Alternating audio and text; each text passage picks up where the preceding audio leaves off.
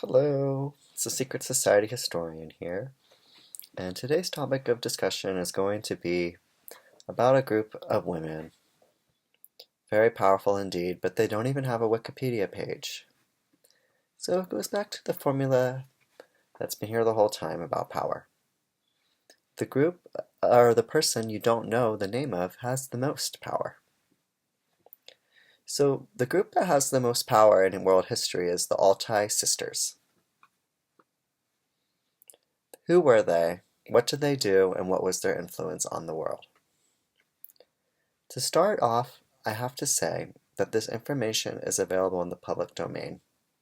It's just that historians, researchers, even people who are into the occult, they don't know about this, or they don't know how to address it, or they haven't talked about it publicly. It's because it is above a lot of people's heads, because it does involve intellect to even talk about it. So please be patient with me as I read off these ChatGPT notes to you. So, the Secret Society historian's duty is to reveal reality as it is, not as we wish it to be. What I asked ChatGPT was, can you give me a summary of the Altai sisters as discussed by Helena Roerich, Guidance for the Leader, Divine Government, published in 1933, a summary of how a limited amount of copies were first published, what languages, the major connection between Helena Roerich and FDR, how she helped with the New Deal, and how she advocated for a country in the heart of Asia, centered in the Altai Mountains, which is the four corners of Asia. I believe it's Mongolia, China, Russia, and Kazakhstan, all meeting. So it's a very sacred area with so much wisdom and history there. And so the Roerichs drew a lot of their symbolic and fascination with this area, including using it in their imagery for their paintings. So this is what ChatGPT says. Nice request. Here is a concise summary that pulls together the Roerich corpus, the Roerich organization archives, and independent historians, what they say about the Altai, also known as Sisters of the Golden Mountain. The book, often entitled Guidance for the Leader, also known as the Divine Government, its publication history, and how Helena Roerich's book and her letters were linked to FDR and the New Deal. So this is very fascinating history because this is American history. So I want people to slow down and appreciate this and see that this is really cool in a way, because I think it will get people excited about history again. So, who were the Altai sisters, Sisters of the Golden Mountain? So in her writing, Helena Roerich discusses a symbolic prophetic image of a spiritual woman's unity, a band of spiritually minded women who call for moral and cultural leadership to guard and restore the spiritual and cultural life of the world. Nicholas and Helena use Altai imagery repeatedly. The Altai Mountains are presented as a sacred center and as the cradle and vehicle for prophetic energies. Sisters of Altai is an expression of that feminine, regenerative impulse. And the indigenous people of Altai, they do have very strong female archetypes, thousands of years old. So it is a land of goddesses, women, shamans, women who changed the world, but also a place that inspired women to change the world. The theme appears across the travels of the Roerichs, in their essays, and in the Agni Yoga tradition and the living ethics materials in which they presented. So the Divine Government, Guidance for the Leader, published in 1933, it's a collection of spiritual advice in order to guide the ruler, who is often presented in the masculine tone, whereas the leader is presented in the feminine. So it's the duty of the leader to guide the ruler. So themes of this circulated in her letters and her essays. So the book was first published in its output in Russian in the Roerich Society's presses in Riga, Berlin, London, and New York, and then through various translations. The Roerich's Museum and the Agni Yoga Society listed many of Helena Roerich's work, and the Roerich Circle published limited or small press runs at first, during the interwar period.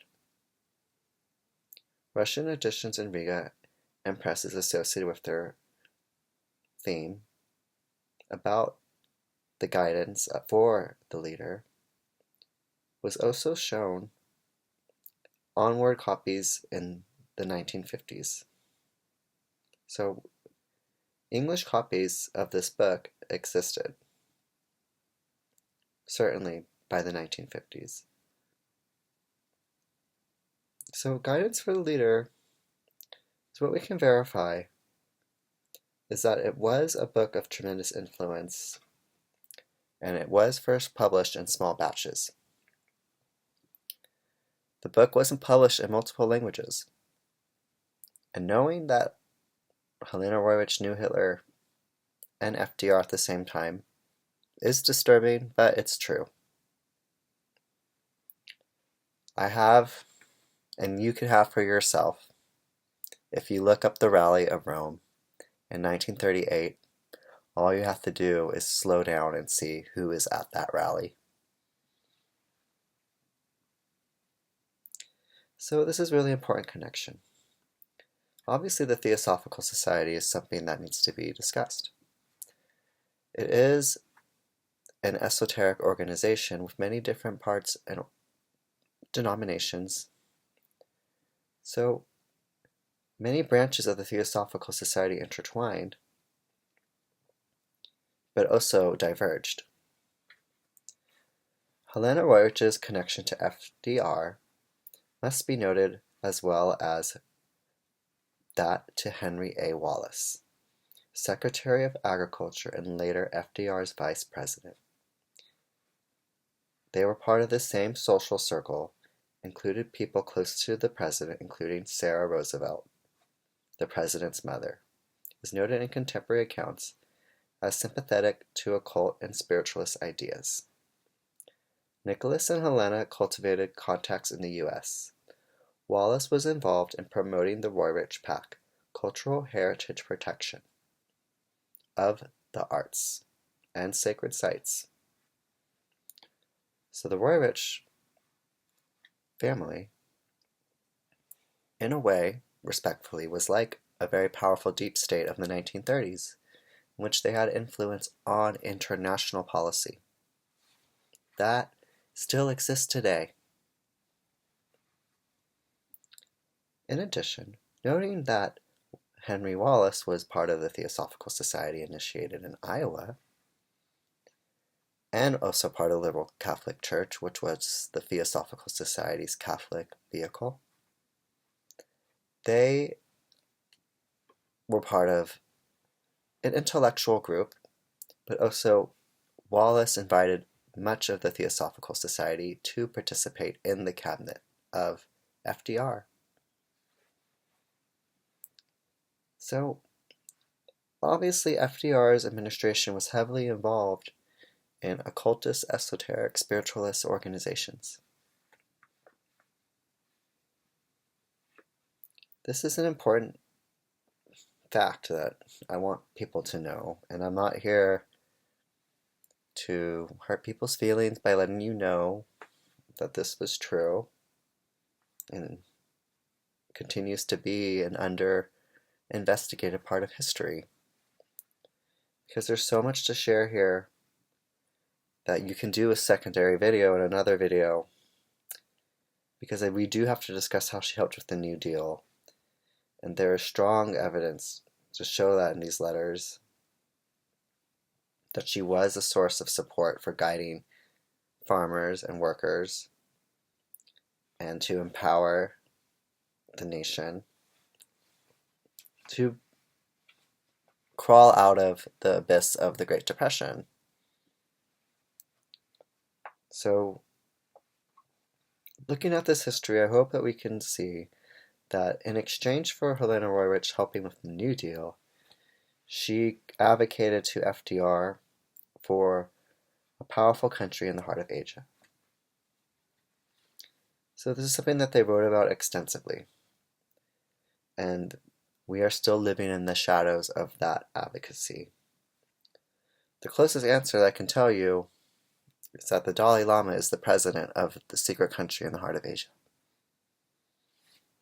And that is something that you probably already understood. The Dalai Lama was sponsored by the Theosophical Society. The Dalai Lama knew Dora Kunz. Yes, Dora Kunz was the person who gave the Dalai Lama the torch, the power, the authority, and cultivated and groomed him for that position. So it's so important. Dalai Lama doesn't talk about Dora, because then you really have to actually show the reality of the history, because Dora is just an obscure little figure in the background that talks to fairies and heals and provides therapeutic touch. But she's more than just a wisdom keeper of chakras and auras. She is the hidden queen of the intelligence world, all the way since she was a child. And it was like a rogue state. So Dora, being part of the Altai daughters, shows the tremendous extent of their influence. So I hope this was an insightful introduction to this powerful group called the Altai daughters.